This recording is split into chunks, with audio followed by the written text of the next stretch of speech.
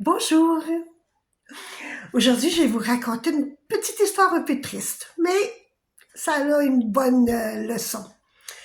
J'étais dans un appartement, un très très petit appartement.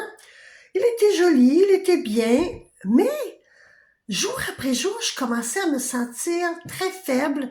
J'avais de la difficulté à réfléchir. Je me disais, bof, c'est le déménagement. Je me suis trouvé un emploi, j'adorais mon emploi, wow, j'apprenais plein de nouvelles choses, j'étais heureuse. Mais à un moment donné, plus j'étais dans cet appartement-là, plus j'avais des symptômes qui étaient vraiment très durs à détecter, à comprendre pourquoi. Je saignais du nez, j'arrivais plus à voir aussi clair avec mes yeux, j'étais faible, mais faible. Donc, j'ai décidé de partir chez ma famille pour me reposer, pour essayer de comprendre. Et j'allais mieux. Je me disais, bon, ok, je retourne dans mon appartement. Recommence à saigner du nez, recommence à voir les yeux brouillés. Fait que là, au travail, ça m'a nuit énormément. Imaginez, je parlais à une clientèle, puis les gens faisaient parce que mon nez saignait. Ah, c'était pas drôle. Fait conclusion, je me suis aperçue que c'était l'appartement qui avait des murs infectés de je sais pas trop quoi. Alors, je vais voir le propriétaire parce que je savais que sa femme était très, très, très, très, très malade. J'arrive et leur fils était là. Le fils était en colère contre le père parce qu'il disait, papa, si tu fais rien, maman va mourir. Papa, écoute, amène-la ailleurs, amène-la en voyage, fais ce que tu veux, mais sors-la d'ici. Tu sauras, mon fils, que je prends bien soin de ta mère. Papa, papa, papa, papa. Fait que là, j'ai dit, bon, mais pardonnez-moi, je vois que vous êtes occupé, je vais revenir. Non, non, non, rentrez, dites ce que vous avez à dire. Ben, depuis que je suis dans votre appartement, je suis malade. Puis, pas juste un tout petit peu, je suis vraiment malade. Bon, bon, bon, ok, je vous souhaite une belle journée. Dans le temps, il ferme la porte, pas question d'y parler.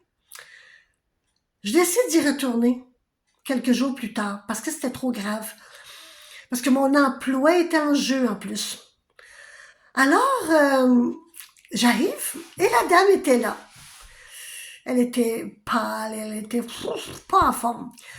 Fait que là, je reviens, je dis, je me permets de vous redire que je suis une personne sensible, comme votre épouse, et je crois réellement qu'il y a quelque chose dans vos murs qui nous rend malades.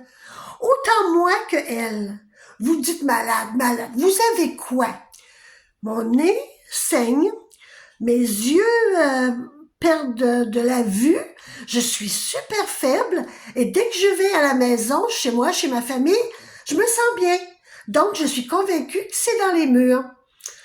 Fait que le monsieur, il dit, bon, ben ok, je vous ai entendu, je vous en remercie, je vous souhaite une belle journée, mais je voulais pas sortir de la maison. La dame se lève, parce que le monsieur était déjà parti, il avait fini avec moi, ciao, bye. Mais la dame, toute faible, vient me voir. Elle me dit, est-ce que c'est vrai ce que tu nous dis? Est-ce que tu es vraiment malade entre nos murs? Parce que moi, je demeurais l'appartement du haut. J'ai dit oui. Et je sais que vous êtes malade pour les mêmes choses que moi. Elle dit merci. Merci de me l'avoir dit. Je vous souhaite une belle journée. Je suis partie, j'ai dû déménager, j'ai perdu mon emploi, j'ai dû le quitter. Ça m'a fait beaucoup, beaucoup de peine. Mais si j'étais là que pour dire à la dame, écoute ton fils, ton mari est peut-être un petit peu trop mal protecteur. Je connais pas la fin de l'histoire, mais je serais pas surprise qu'elle soit belle. Que la femme doit avoir appelé son fils et dire viens me chercher. Sors-moi de ces murs. Une histoire un peu triste, mais réelle. Je vous souhaite une belle journée. Bye.